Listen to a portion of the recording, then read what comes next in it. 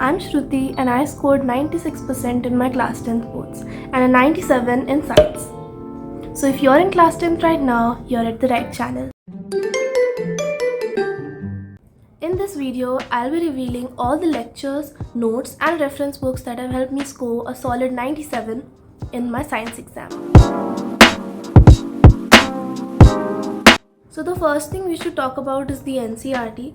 Many people say that you can skip the NCERT because there's not much information in it anyway. But from a topper's perspective, it is not at all advisable to skip the NCERT because every line, every sentence and every word in NCERT is very important for the board exams. MCQs are framed out of any random sentence in the book, so it's important to go through the book in detail and not just skim through it. One more question that is often asked is which online lecturer or teacher or YouTuber should I refer to?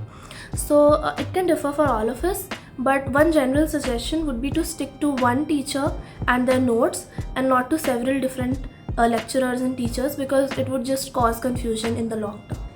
Personally, I watched Alak sir's videos of all the science chapters in biology, chemistry as well as physics, and you can find them. I've linked them in the description box. Talking about notes. In my opinion, notes are not that important if you're highlighting in the NCERT and using sticky notes to mark important things in the textbook itself. In my case, I made notes only for chemistry and physics because physics has some very important formulae and derivations. So you can skip notes for biology if you're confident about NCERT. Also, I would highly recommend to make notes yourself and not refer to any other printed notes or handwritten notes by anybody else. So it's the best to write your own notes when you're watching lectures because when you'll be skimming through it for revision, you'll gradually start to recollect whatever you learned in the lecture. Honestly, the method that one should use for studying science is different for each subject, whether it's biology, physics or chemistry. So now let's talk about subject-specific studying. Let's start with biology. In biology, I did not make any handwritten notes. I highlighted the important lines in the NCERT itself and used sticky notes to jot down any other important information that I found in a reference book or in the NCERT exemplar. Also, it's important to mention that there are many other things which are not directly mentioned in the NCERT, but it is still very important to learn them. So you can use the S. Chand reference book, which is probably the best reference book in market for biology, and only one reference book is enough. You should not try to navigate between different books because then you would just confuse the terminologies and you'd get very much caught up in that.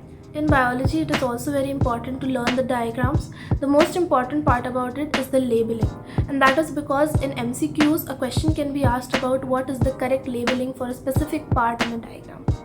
So look out for that throughout the year.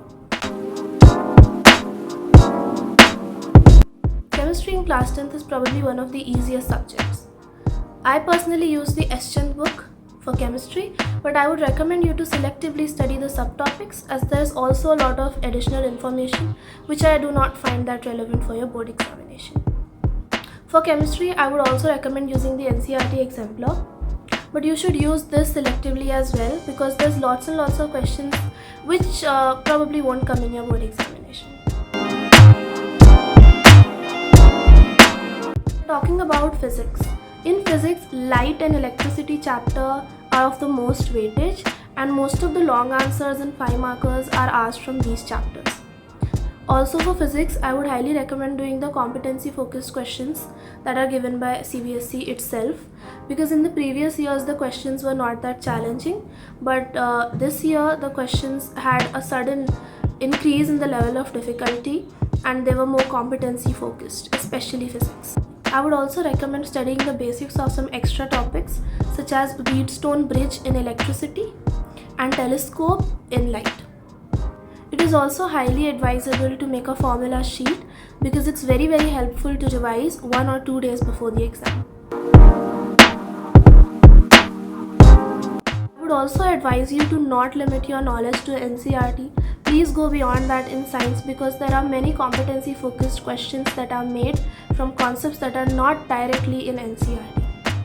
Also, this year a rise in the difficulty of the paper could be observed, so I would recommend you to not take any risks. I will be giving chapter specific tips and tricks in my upcoming videos, so if you have any queries about science, please feel free to drop that in the comment box. Also, please let me know what you would like to see from me in the future. So that's all for today. Bye.